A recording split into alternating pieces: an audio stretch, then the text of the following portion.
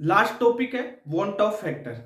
अब want Hoff factor के concept पढ़ेंगे, फिर इस पे बेस क्वेश्चन और क्वेश्चन प्रैक्टिस करेंगे। ठीक है, तो टॉपिक डालो want Hoff factor. Wants of factor.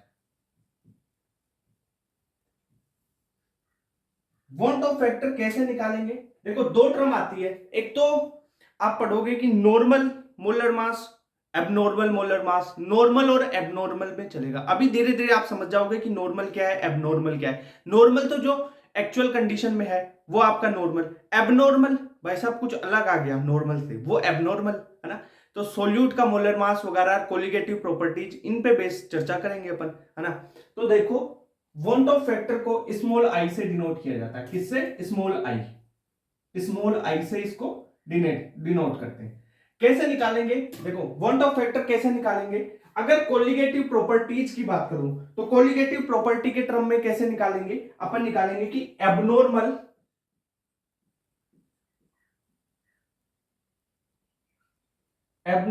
Colligative property, CP का मतलब कोलिगेटिव प्रॉपर्टी, अपॉन नॉर्मल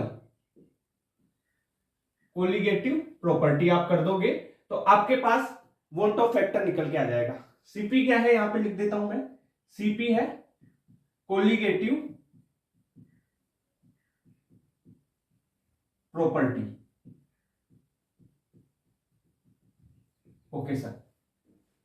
अब एक चीज आपने देखी है कि जो कोलिगेटिव प्रॉपर्टी होती है ना, वो सोल्यूट के मोलर मास के इनवर्सली प्रोपोर्शनल होती है। यानी सोल्यूट का मोलर मास, अभी कोलिगेटिव प्रॉपर्टीज जो आर एल वीपी है, या आपको elevation in boiling point, depression in freezing point, या जो ऑस्मोटिक प्रेशर है, इन सभी में मैंने एक चीज बताई, इनके फॉर्मूले भी आप देख लोगे।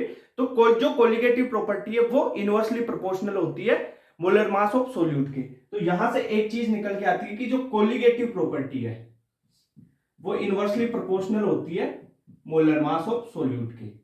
ये कंडीशन होती है। अब इस कंडीशन को लागू करें तो क्या होगा कि कोलिगेटिव प्रॉपर्टी की जगह मोलर मास इनवर्स में आ जाएगा।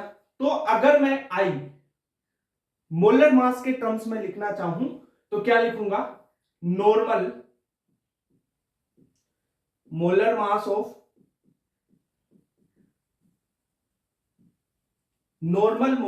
ऑफ सोल्यूट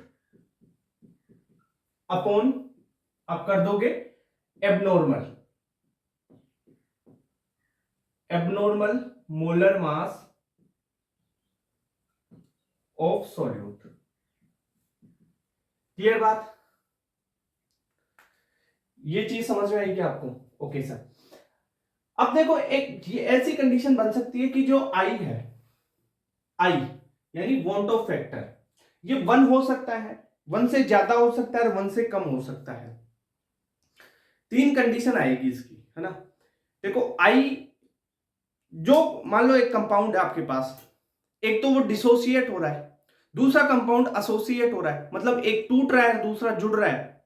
इसी कंडीशन भी हो सकती है भाई सोल्यूट में। कोई सोल्यूट टूट सकता है, इलेक्ट्रोलाइट है तो डिसोसिएट हो सकता है वो। कुछ एसोसिएशन में भी जा सकते हैं, और कुछ ना तो टूटेंगे ना जुड़ेंगे, मतलब ना तो एसोसिएशन होगा ना डिसोसिएशन होगा। ऐसी कंडीशन हो सकती है ना सोल्यूट की। तो उसके बेसिस पे चीजें कैसे बदलती है उसको भी अपन देखेंगे। तो मैं एक एक बात बोलूं आपको कि अगर आपका एसोसिएशन या डिसोसिएशन हो रहा है तब ये आई कैसे फाइंड आउट करोगे उसकी बात भी आपको बता देता हूं। तो अगर आपके पास एसोसिएशन है,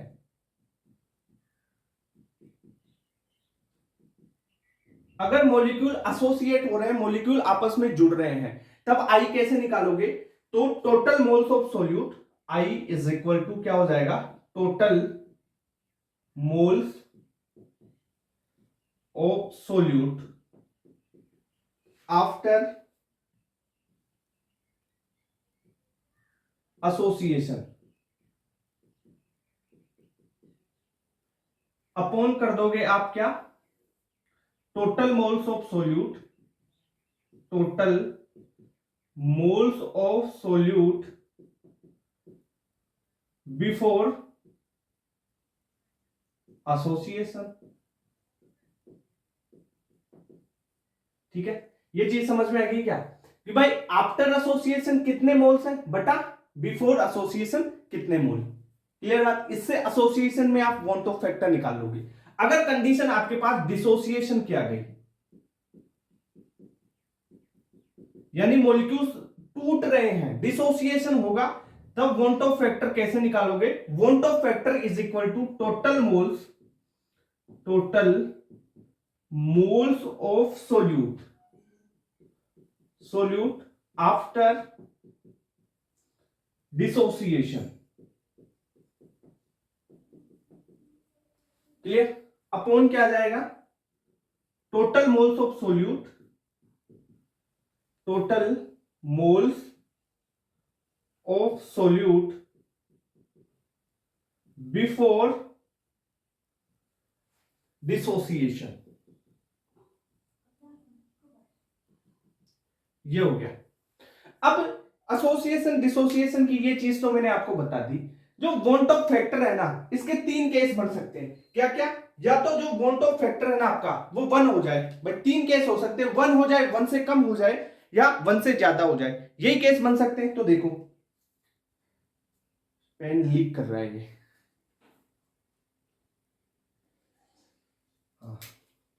देखो तीन केस क्या क्या बन सकते हैं, 3 केस बन सकते हैं। तो यहां पे लिखता हूं, मैं इससे लिख देता हूं। 3 केस बन सकते हैं। कौन कौन से? पहला तो ऐसा हो सकता है कि I is equal to 1। I is equal to 1 का मतलब है कि जो सोल्यूट है, सोल्यूट नाइदर डिसोसिएट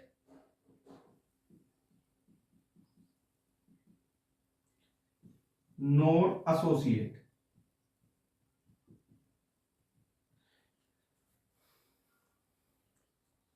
ना तो सोल्यूट डिसोसिएट होगा, ना ही सोल्यूट एसोसिएट होगा, तब I बराबर 1 की कंडीशन होगी। जैसे आपके पास कौन कौन से सोल्यूट हो गए, जैसे I बराबर 1 कौन से? जैसे यूरिया हो गया, है ना, नॉन यूरिया हो गया, जैसे शुगर हो गया,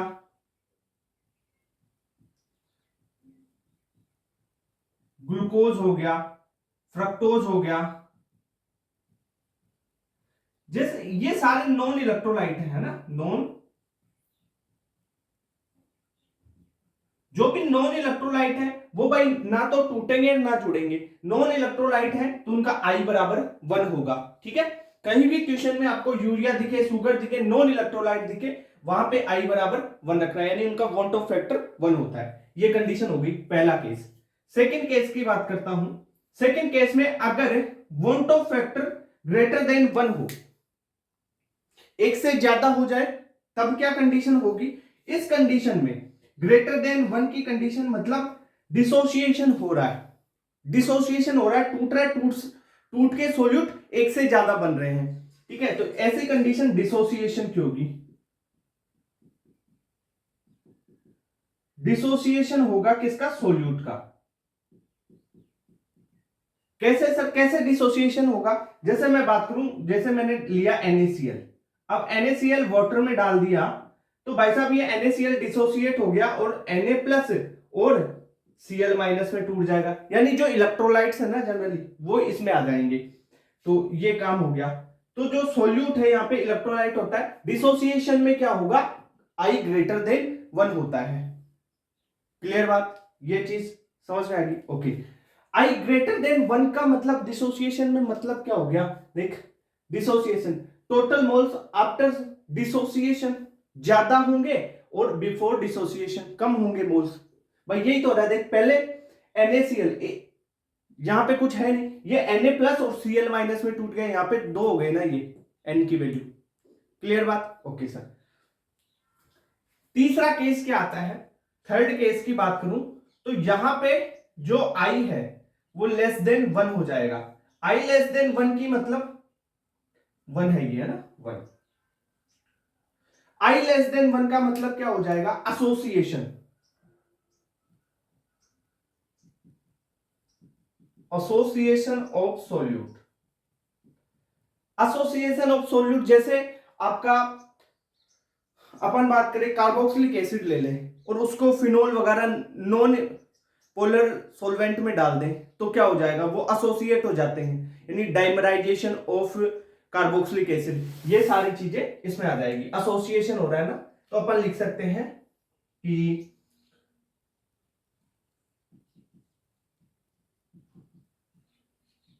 डाइमराइजेशन ऑफ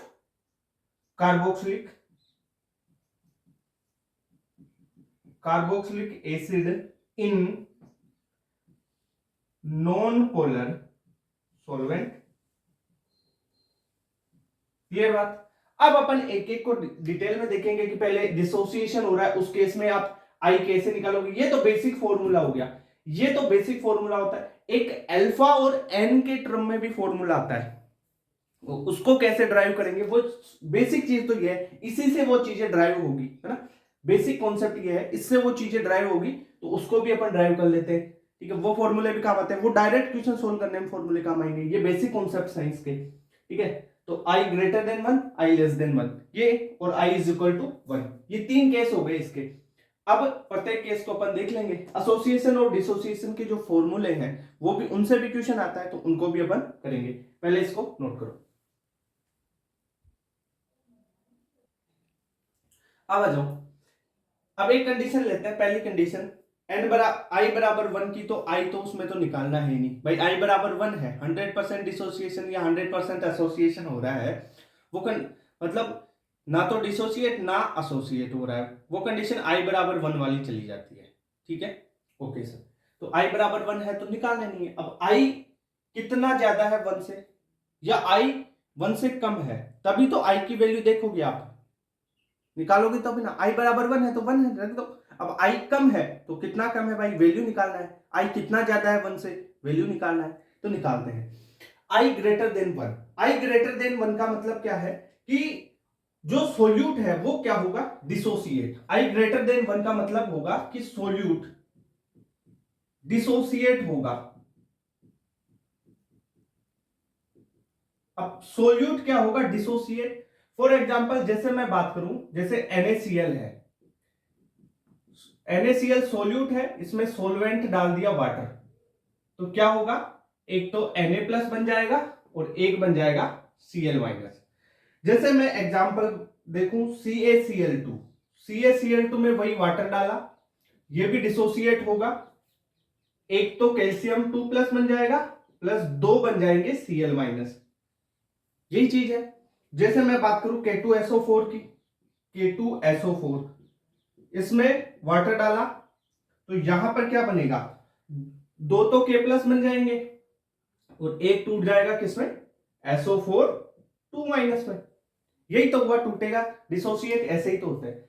अब यहां पे एक चीज आती है कि जो फॉर्मूला ड्राइव करेंगे वो चीज देखेंगे, उसमें एन और अल्फा आएगा। एन क्या है, एन होता है number of particle formed by dissociation of one particle of solute. N सीधा सा मतलब ये है कि इस पार्टिकल को डिसोसिएट करेंगे ना, इस सोल्यूट को, NaCl को, तो कितने बने, डिसोसिएट होने से कितने मॉलिक्यूल बने, वो होता है एन, मॉलिक्यूल नहीं पार्टिकल्स। तो Na एक बन गया, एक Cl बन गया, तो n इसका कितना हो गया, 2।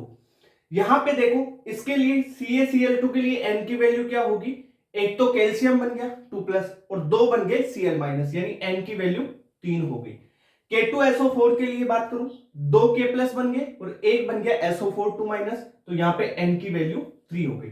तो n की वैल्यू निकाल लोगे आप, समझ में आएगी, यानी कितने पार्टिकल टूट रहे हैं एक सोल्यूट से, टूट के कितने बन रहे हैं। ओके, एक चीज, एक टर्म आएगी आपकी यहां पे, जो डिग्री ऑफ डिसोसिएशन है, अपन डिसोसिएशन की बात कर रहे हैं, तो अल्फा आएगी डिग्री ऑफ डिसोसिएशन। एक टर्म आएगी आपकी अल्फा, अल्फा है डिग्री ऑफ डिसोसिएशन। अब डिग्री ऑफ डिसोसिएशन कैसे निकालोगे सर, तो अल्फा होता है टोटल मोल्स ऑफ डिसोसिएशन, यानी टोटल डिसोसिएशन के मोल बटा टोटल मोल। ठीक है, डिसोसिएशन के मोल बटा टोटल मोल। तो कैसे निकालोगे, number of moles of dissociate, या ऐसे लिख लो, number of moles of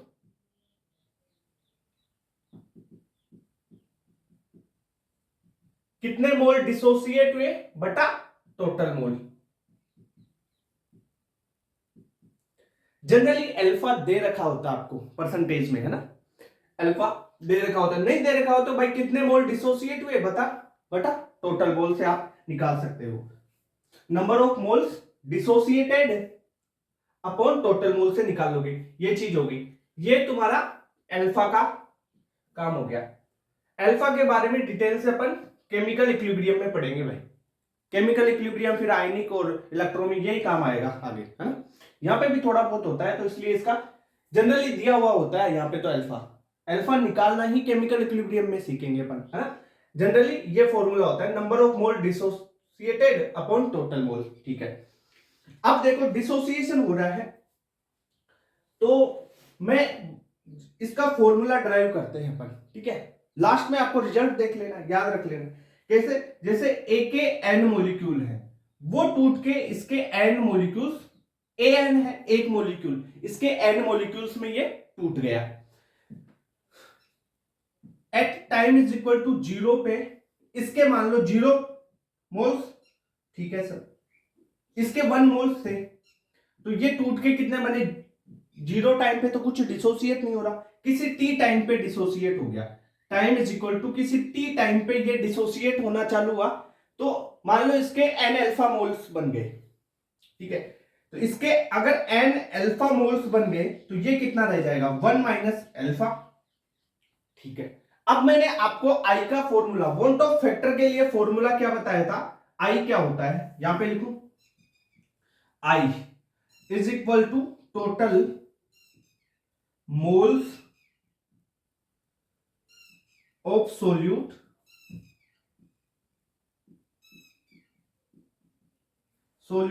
after dissociation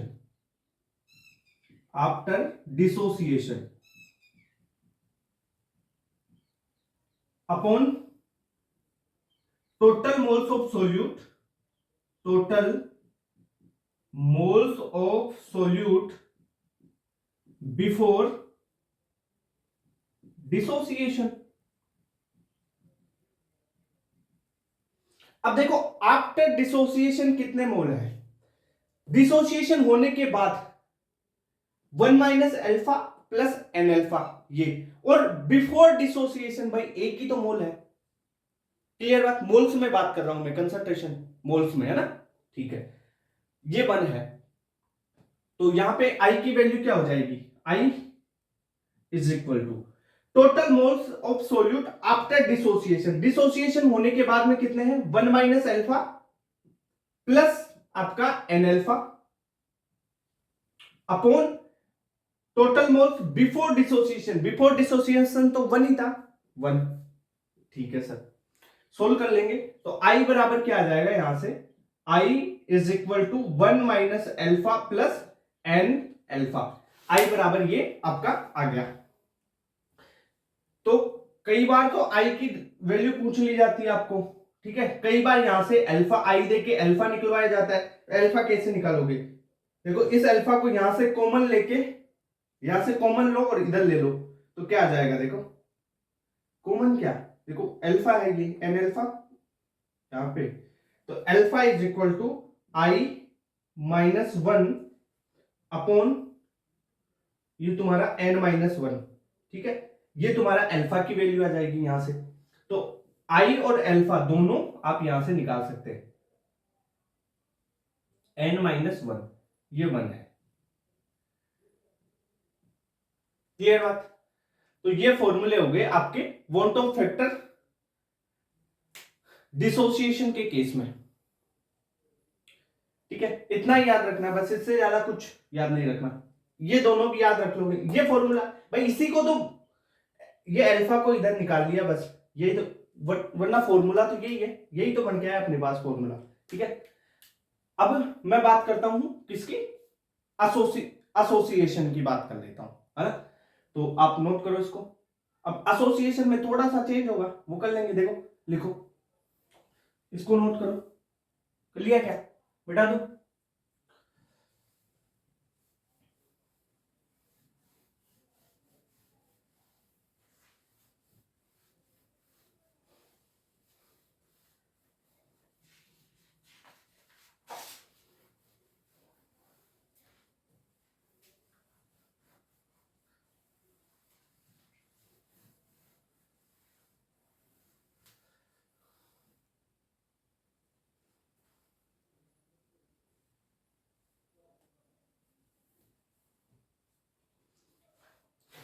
यहां पे n क्या रहेगा,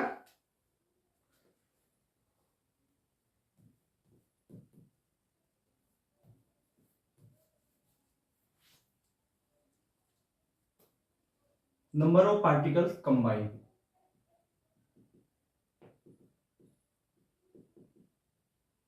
टुगेदर टू फॉर्म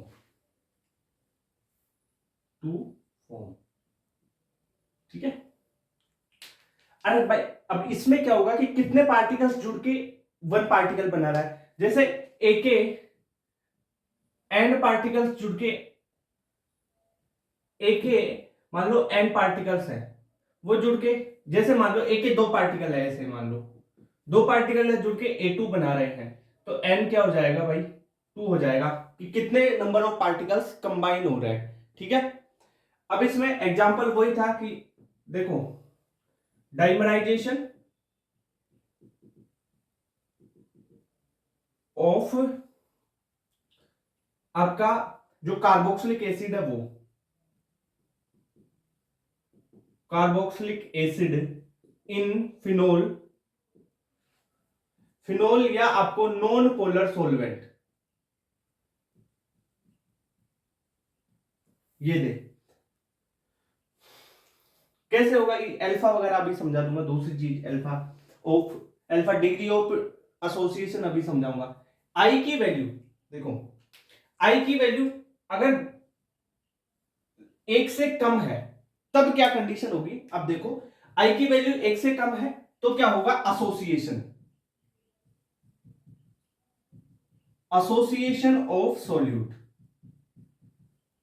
अब लिखना चालू करो है ना, एसोसिएशन सोल्यूट में जैसे ए के दो पार्टिकल हैं वो मिलके A2 फॉर्म कर रहे हैं, ठीक है, एक एक कितने भी पार्टिकल हो, n पार्टिकल, तो यहां पे n की वैल्यू कैसे निकालोगे कि कितने पार्टिकल्स कंबाइन होके एक पार्टिकल बना रहे हैं सोल्यूट का, ठीक है, उससे n की वैल्यू निकाल दोगे।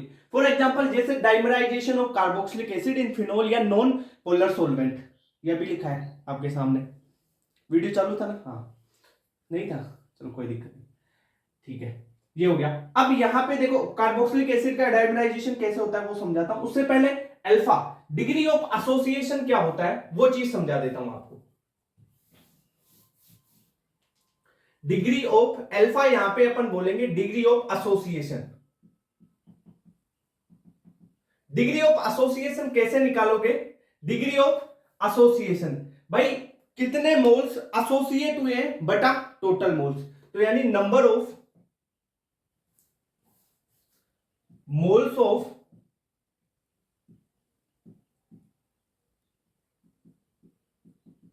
एसोसिएटेड बटा टोटल मोल्स, इससे आप अल्फा निकाल लोगे।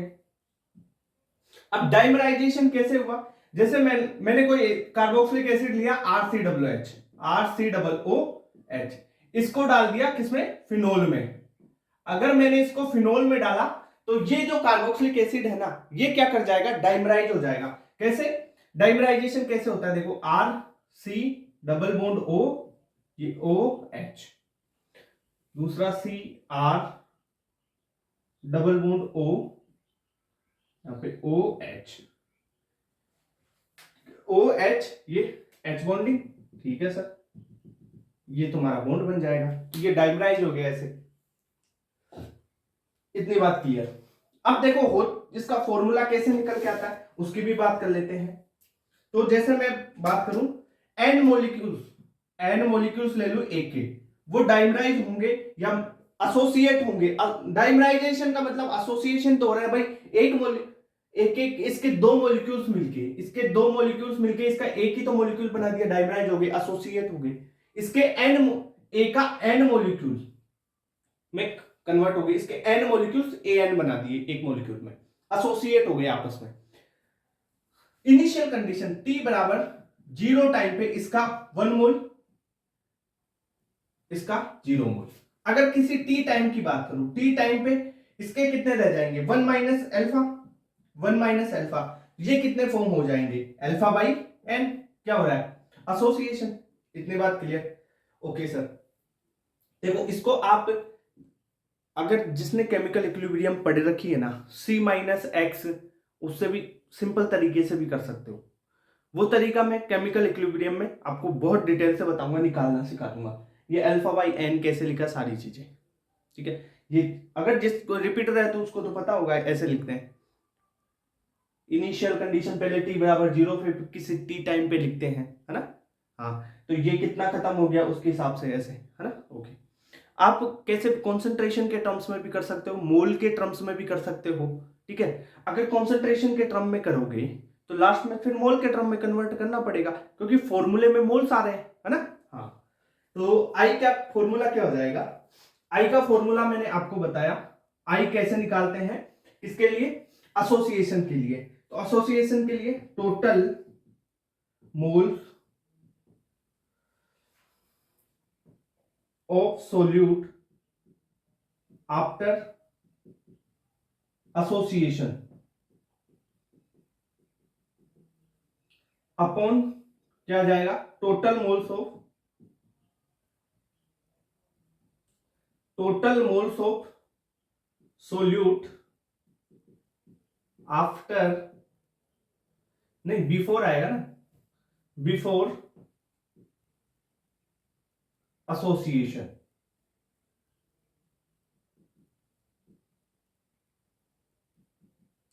येलो है, तो आई निकाल लेंगे यहां से, क्या after dissociation 1 minus alpha plus alpha by N, तो 1 minus alpha plus alpha by N upon before association, 1 ही तो रहा था, 1।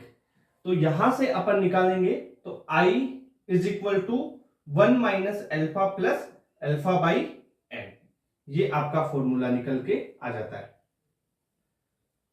अल्फा क्या है, डिग्री ऑफ एसोसिएशन, ओके, तो इसको नोट करो, हो गया, कितनी चीज हो गई, नोट कर लो, ये हो गया आपका एसोसिएशन का कॉन्सेप्ट। ये फॉर्मूला याद रखना, I is equal to 1 minus alpha plus alpha by N, note करो।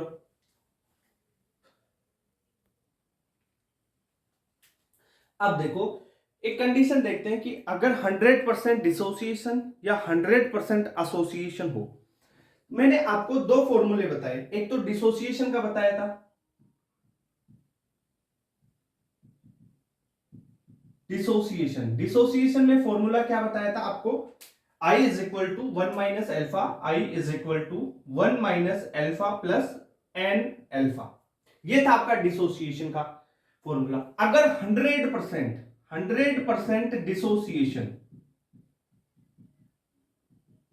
100% डिसोसिएशन का मतलब अल्फा क्या हो गया, 1 भाई, 100 इंटू अल्फा बराबर 100 हो गया, तो अल्फा बराबर 1 आ गया, तो अल्फा 1 है, 100% डिसोसिएशन में अल्फा 1, तो यहां पे आई क्या हो जाएगा, 1 माइनस 1 क्या हो जाएगा, 0 प्लस एन अल्फा, तो आई बराबर एन बच जाएगा। भाई अल्फा की वैल्यू 1 रख दो, तो 100% डिसोसिएशन में आई बराबर 1 हो जाता है, पहली कंडीशन। अगर मैं बात करूं डिसोसिएशन की हो गई, एसोसिएशन में देखूं, यहां पे देख ले, एसोसिएशन,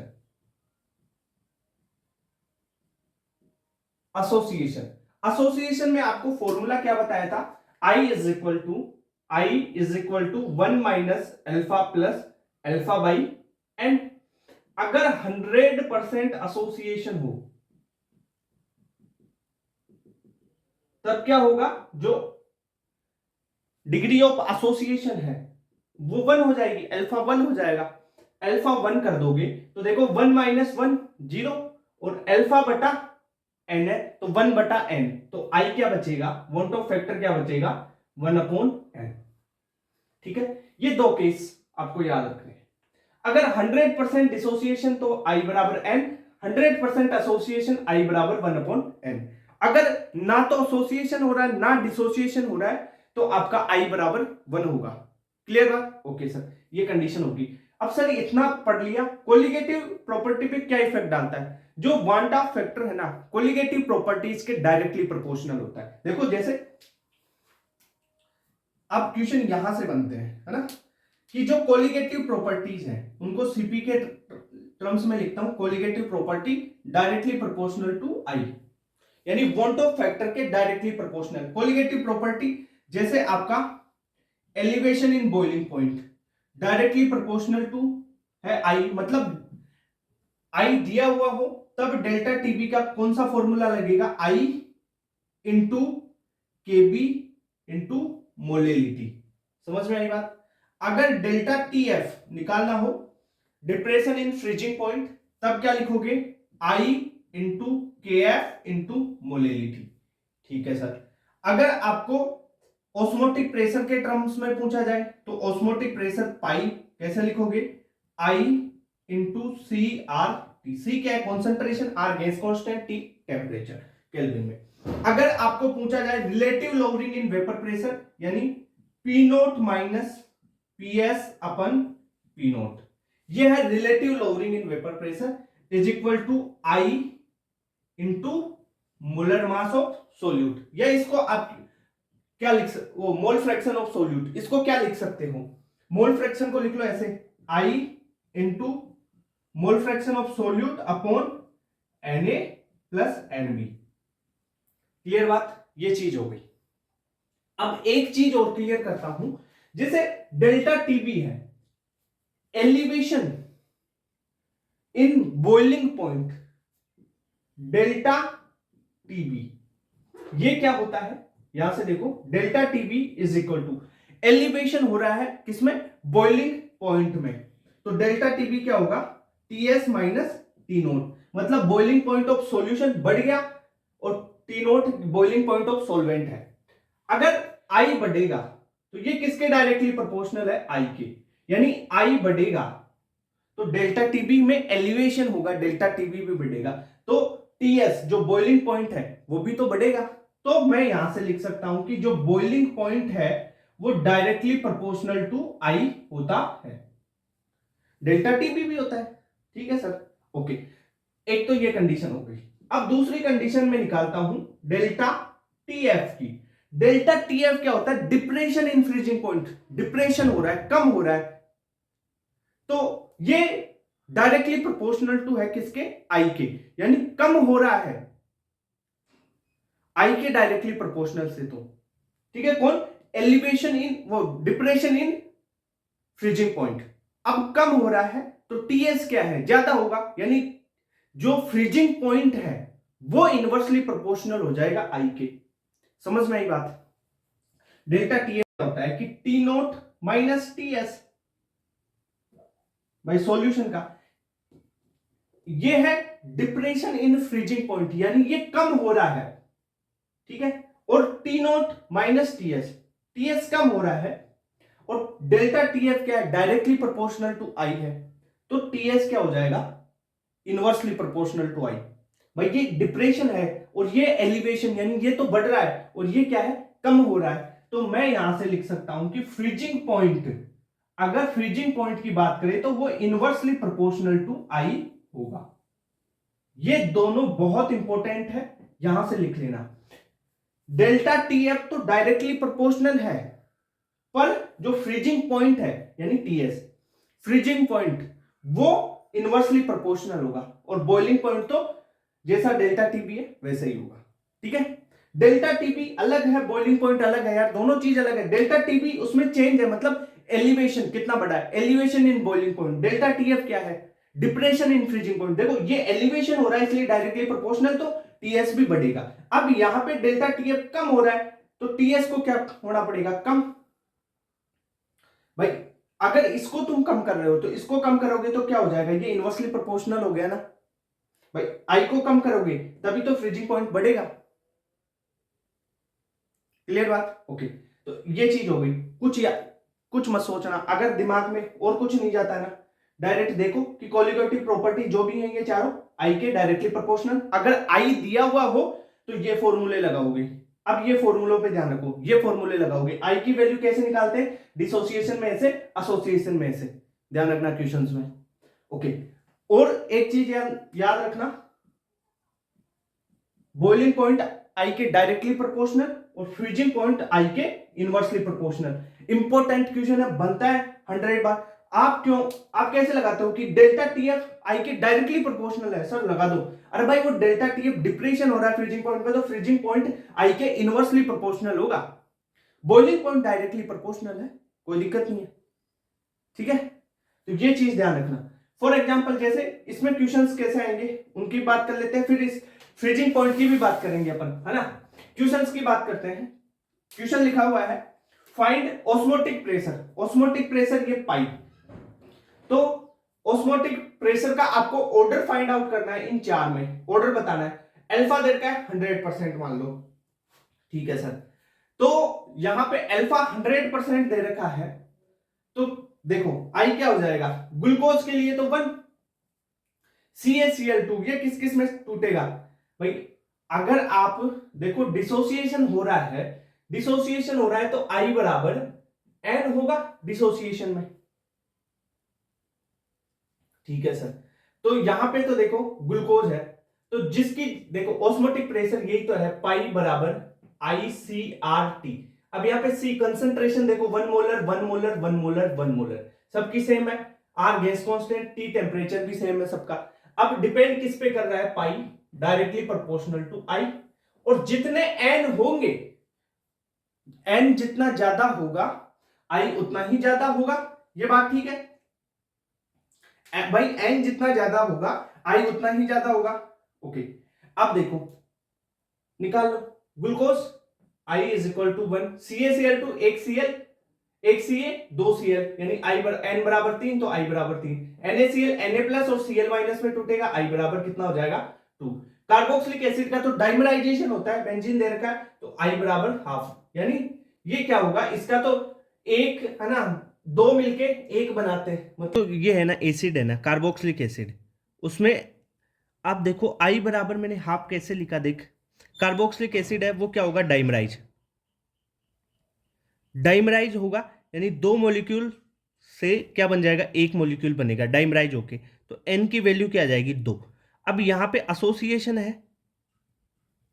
एसोसिएशन क्या है, 100% एसोसिएशन हो रहा है, 100% एसोसिएशन हो रहा है। एसोसिएशन में आई का फॉर्मूला क्या होता है, आई बराबर 1 minus alpha plus alpha by N, तो एल्फा क्या रख दो 100% एसोसिएशन में 1, भाई ये जब नहीं दिया हुआ है तो 100% ही मानेंगे, तो आई बराबर क्या हो जाएगा 1 minus 1 0 plus alpha by N, तो एल्फा क्या हो जाएगा 1, तो एल्फा की जगह 1 बटे एन, तो आई क्या आ जाएगा, आई इज इक्वल टू एन की वैल्यू यहाँ पे 2 है तो क्या हो जाएगा 1/2, तो इसलिए आई बराबर हाफ लिखा है।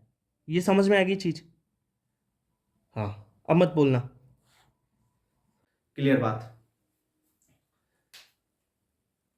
अरे भाई इसके कार्बोक्सिलिक एसिड का डाइमराइजेशन होता है, वो अभी बताया भी था पहले तुम्हारे को, आप कैसे है, ये हो गया। अब लगा लो ऑर्डर, ऑर्डर क्या हो जाएगा, तो ऑस्मोटिक प्रेशर का क्या ऑर्डर हो जाएगा, सबसे ज्यादा किसका, सेकंड का, फिर थर्ड आ जाएगा, फिर आ जाएगा फर्स्ट, और सबसे कम आ जाएगा फोर्थ। क्लियर बात, ओके। जैसे मैं क्वेश्चन लिखूं, फ्रीजिंग पॉइंट से रिलेटेड क्वेश्चन लिखूं, क्वेश्चन है आप लिखो अरेंज, डायरेक्ट लिख लो, find order of freezing point of solution, ठीक है। पहला सॉल्यूशन है आपको 1 मोलर दे रखा है ग्लूकोज का, दूसरा दे रखा है 1 मोलर दे रखा है NaCl का, तीसरा तुम्हारे को दे रखा है 1 मोलर, ले लू मैं जैसे कोई एसिड ले लू मैं, RCOH है ना, इन हेक्सेन, वही नॉन पोलर है हेक्सेन, तो आई एन क्या हो जाएगा हाफ, भाई डाइमराइज हो रहा है ना ये, हाँ। तो आपको क्या निकालना है, फ्रीजिंग पॉइंट। मैंने एक चीज बताई आपको कि जो फ्रीजिंग पॉइंट निकालोगे तो कैसे निकालोगे, freezing point inversely proportional to i होता है, यानी जिसका आई ज्यादा उसका फ्रीजिंग पॉइंट कम होगा, जिसका आई ज्यादा उसका फ्रीजिंग पॉइंट कम होगा। यहां पे लिख देखो 1 मोलर ग्लूकोज यानी आई बराबर 1, इसका आई कितना हो जाएगा, मैं अल्फा 100% मानता हूं, अगर कुछ नहीं दिया हुआ हो तो अल्फा 100% मानोगे आप भी क्वेश्चंस में, क्वेश्चन जहां पे भी करोगे कुछ अल्फा नहीं दे रखा, अल्फा 100% यानी अल्फा 1 मानोगे, ठीक है।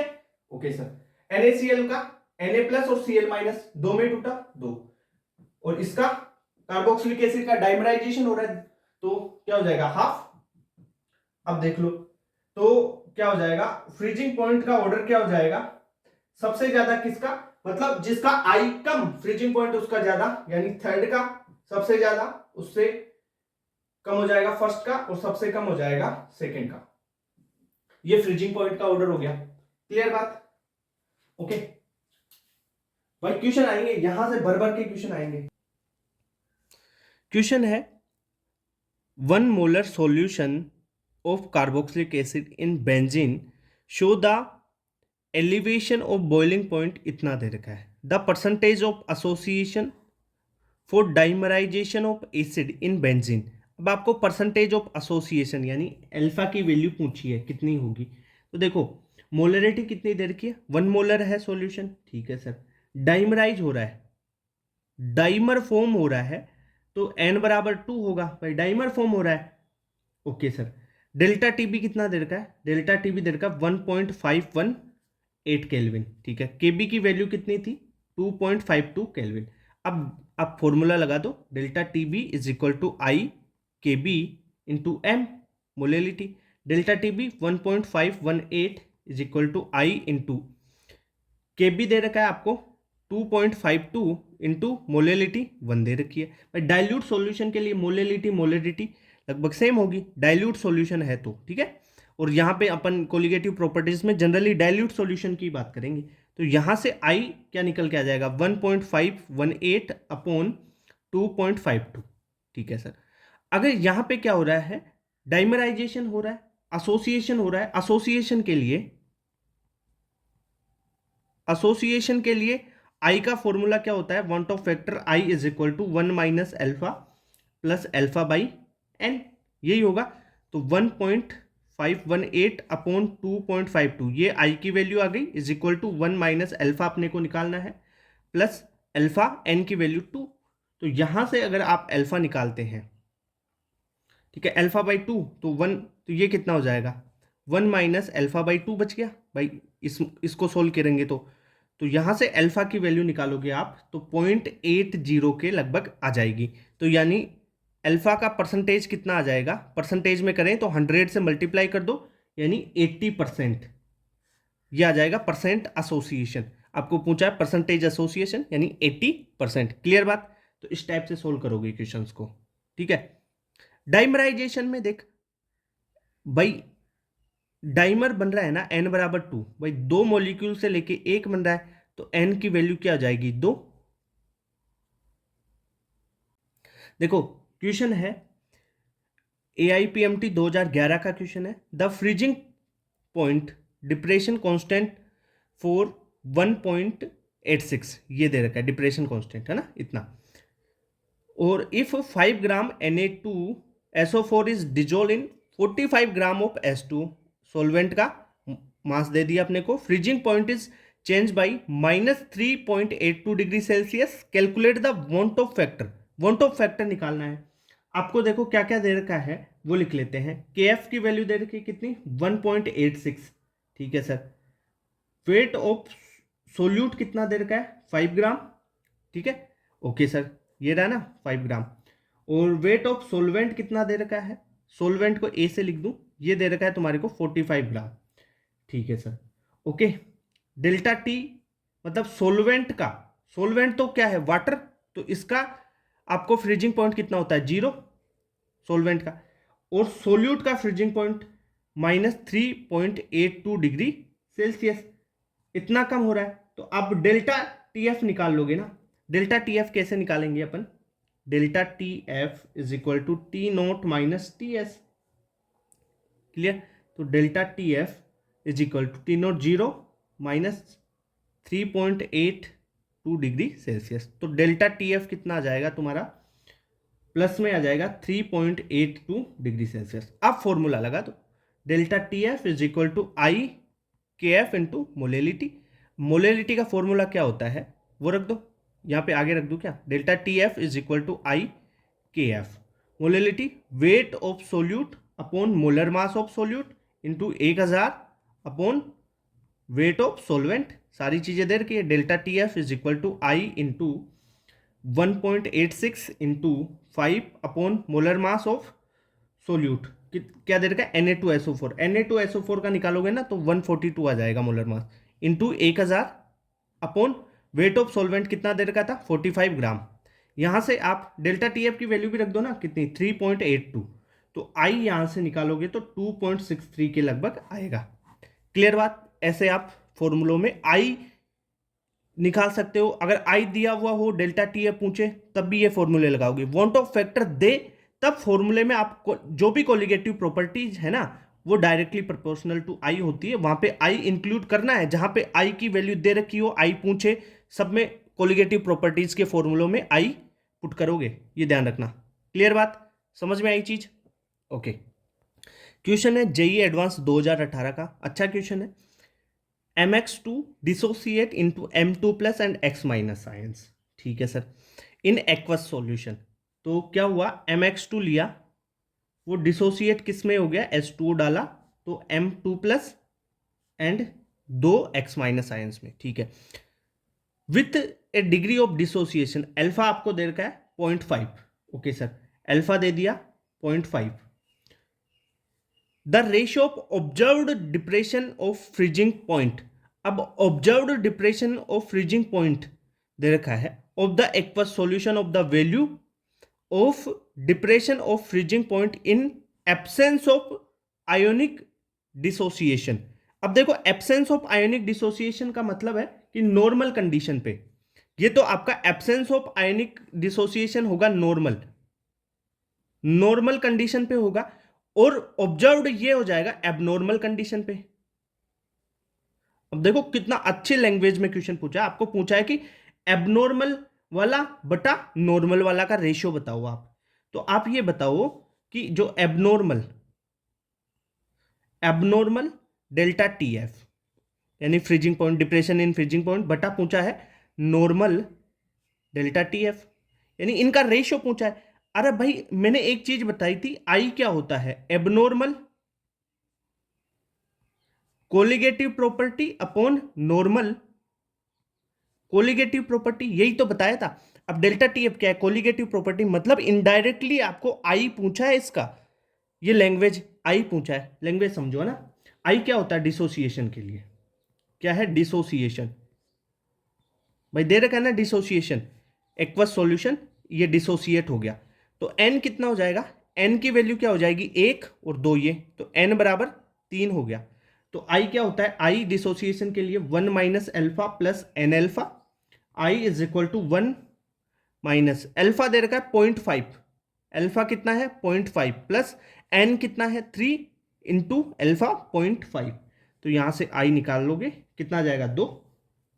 क्लियर बात? तो abnormal freezing depression in freezing point बटा नॉर्मल फ्रीजिंग पॉइंट का जो रेशियो है इनका वो 2 आ जाएगा। क्लियर बात? तो आंसर इसका क्या हो जाएगा 2। लैंग्वेज अच्छा है, क्वेश्चन सिंपल है, लैंग्वेज अच्छी पूछी है क्वेश्चन में, है ना, बेसिक लैंग्वेज को उठाया यहां से।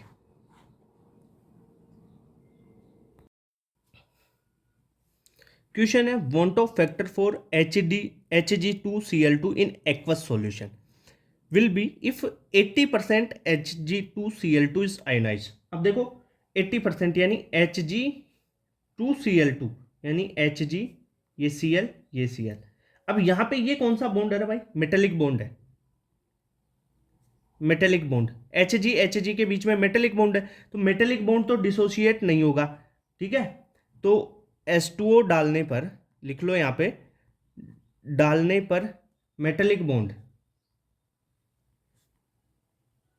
डिसोसिएट नहीं होगा, ठीक है सर, ये कॉन्सेप्ट लिख लो। मेटेलिक बॉन्ड भाई, वाटर डालोगे तो मेटेलिक बॉन्ड थोड़ी टूटेगा, लोहे पर वाटर डालो एक बार में, पूरे उस लोहे मेटल्स के बॉन्ड टूट जाएंगे क्या, नहीं टूटेंगे ना मेटल के, ओके सर। तो ये कैसे डिसोसिएट होगा, अब क्वेश्चन कर लो, Hg2Cl2 ये दे रखा है प्लस वाटर डाला है, तो यहां पे Hg2 प्लस रहेगा, प्लस 2 Cl बन जाएंगे, तो यहां पे n की वैल्यू 3 रहेगी। कई बच्चे Hg2 को भी तोड़ के Hg प्लस Hg करके N4 कर देते, नहीं मेटेलिक बॉन्ड टूटेगा ही नहीं। तो अब निकाल लो आई बराबर डिसोसिएशन के लिए 1 minus alpha plus n alpha होता है, तो i is equal to 1 minus, देखो 80% दे रखा है ना एल्फा, तो अल्फा क्या हो जाएगा 0.8, भाई ये तो परसेंटेज में है, तो वैसे करोगे तो अल्फा 0.8 प्लस एन कितना है 3 इंटू 0.8, तो सोल्व कर लो, i is equal to 0.2 plus 2.4, i is equal to कितना आ जाएगा 2.6। क्लियर बात? तो ऐसे सोल्व करोगे क्वेश्चंस को, नोट कर लो इसको भी तुरंत। क्वेश्चन है एनसीईआरटी का भी है और जेई में भी एक क्वेश्चन पूछा हुआ है।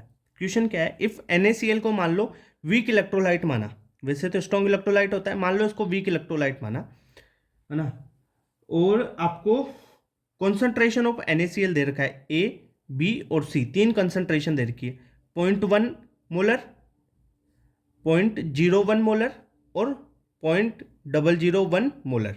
ठीक है sir, order of want Hoff factor निकालना है। देखो वांट ऑफ फैक्टर और इसका रिलेशन क्या होता है, देखो जो अपन कॉन्सेंट्रेशन है, अगर कॉन्सेंट्रेशन बढ़ाओगे तो अल्फा क्या होगा, डिक्रीज होगा, यही बात है ना। अल्फा कम होता है कॉन्सेंट्रेशन के साथ में, अल्फा क्या है भाई, degree of dissociation, okay sir, या डिग्री ऑफ एसोसिएशन, यही मानते हैं अपन। तो अगर मैं यहाँ पे कॉन्सेंट्रेशन को घटाऊं तो अल्फा क्या होगा, बढ़ेगा, अल्फा बढ़ेगा तो वांट ऑफ फैक्टर भी बढ़ेगा, भाई अल्फा बढ़ेगा तो वांट ऑफ फैक्टर बढ़ेगा ना, फॉर्मूले बताएं उससे, ये कॉन्सेप्ट से भी देख सकते हो। तो यहाँ पे आप मेरे को बताओ कि कॉन्सेंट्रेशन कम, जिसकी कॉन्सेंट्रेशन कम है उसका आई उतना ही ज्यादा होगा, तो आई का अगर ऑर्डर देखूं तो सी का सबसे कॉन्सेंट्रेशन सबसे कम, तो सी का आई सबसे ज्यादा यानी वांट ऑफ फैक्टर ज्यादा, फिर होगा बी का और सबसे कम होगा इसका ए का। ठीक है, वांट ऑफ फैक्टर की बात कर रहा हूं मैं, आई सी आई बी आई ए। क्लियर बात? जेई में पूछा हुआ क्वेश्चन है ये।